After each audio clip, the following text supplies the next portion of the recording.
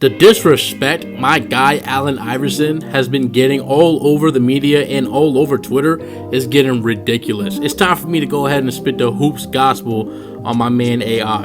Batman, Batman, Batman, Batman, what? Batman, Batman, yeah. Batman, yeah. Batman, yeah. Batman, Batman, hey, Batman, Batman, what? Mr. Never use a gap, man. Yeah. Never turn like a Batman. Now what is going on, y'all? This is your boy A1 Hoops, back up in your notification box with another video. And before we go ahead and get up into it, take a look at the screen and make sure you follow me on all these social media platforms for more content.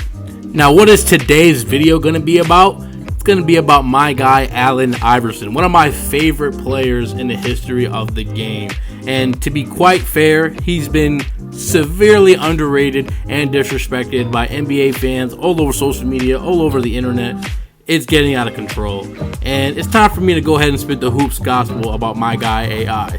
Now, before we actually get into the analysis, one thing that must be understood about my guy Allen Iverson is the fact that he was only 6 feet tall, and that was probably with sneakers on, and he only weighed about 160 in the toughest defensive era in the history of basketball. And for some reason, casuals will still butcher him for being quote-unquote inefficient. But let's just go ahead and start getting into it. On the screen, I have peak Iverson. So when he was at his absolute best from the year 2000 until the year 2006. And during this stretch, the guy AI was literally ungodly on the basketball court. 30.1 points per game, 6.3 assists, 4 boards, 2.5 steals on 41% shooting from the field, and 51% true shooting. And once again, and I cannot stress this enough, while you're looking at these numbers, he was only 6 foot in the best defensive era in NBA history, literally the lowest scoring games on average against some of the greatest big men in the history of the league, and he was doing this with zero spacing on his team. In fact, when you take a look at that 0-1 Sixers team that got to the finals, Iverson was quite literally the best shooter on that team. And if you take a look at that same year in the NBA Finals, Allen Iverson was the only player on his basketball team to make more than 5 3-pointers for that series. In second place was literally Aaron McGee with 4 3-pointers made. And if you happen to be a visual learner, just look at this clip right on the screen. This is the type of defense and the type of lanes that Allen Iverson had to operate through. So this is how I want to look at you when you actually sit there and try to bash Allen Iverson for being inefficient. That's exactly the look I'm giving you right there, my mans. It just doesn't make any sense. But moving on, let's go ahead and talk about peak Allen Iverson in the playoffs. Now, if you're looking at the screen, one quick thing that you will notice is the fact that some of these numbers are in green. Now, what does that actually mean?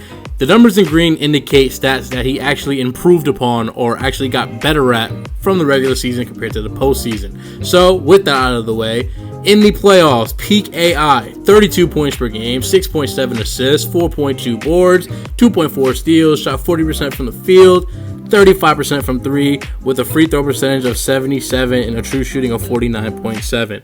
But in the 3 major categories, which is points, assists, and rebounds, Allen Iverson literally improved and got better. And yes, you can look at the efficiency, and while it is pretty bad, once again, and I think this bears repeating, my man's was only 6 feet tall. But despite being 6 feet tall, he was one of the most dominant scorers the game of basketball has ever seen. Now, once again, if you don't mind, take a look at that screen. 30-point games in Allen Iverson's career. He's had 345 of those, 10th most all time. He shot 47% from the field in those games. He's had 79 40-point games in his career. That's 6th all time, and he shot 51% in those games. Allen Iverson also had 11 50-point games, which is 9th all time, and he shot 55.1% in those games. And not to mention he had one 60-point game, which is something that Kevin Durant hasn't even done yet, and that man is literally 7 feet tall in a much easier era to score. Now, next up, we're going to be looking at Game 7 Allen Iverson. He's played in 2 Game 7s in his career, and these are his stats. 32.5 points per game, 11.5 assists, 5 boards, 2 steals. He shot 41% from the field, 55% from the three-point line with a free throw percentage of 91. So when it came to Game 7s, he was just different. He's actually 2-0 in those Game 7s, and they were both played in the same playoff run. He went to a Game 7 against the Raptors as well as the Bucks. Now moving on, what made Allen Iverson so great was the fact that he was only 6 feet tall in an era dominated by bigger players in the best defensive era in the history of the game. He averaged at least 26 points per game for a season for 10 straight years in a row. He was the MVP in the year 2001, a 4-time scoring champion, and he led the playoffs in scoring multiple times.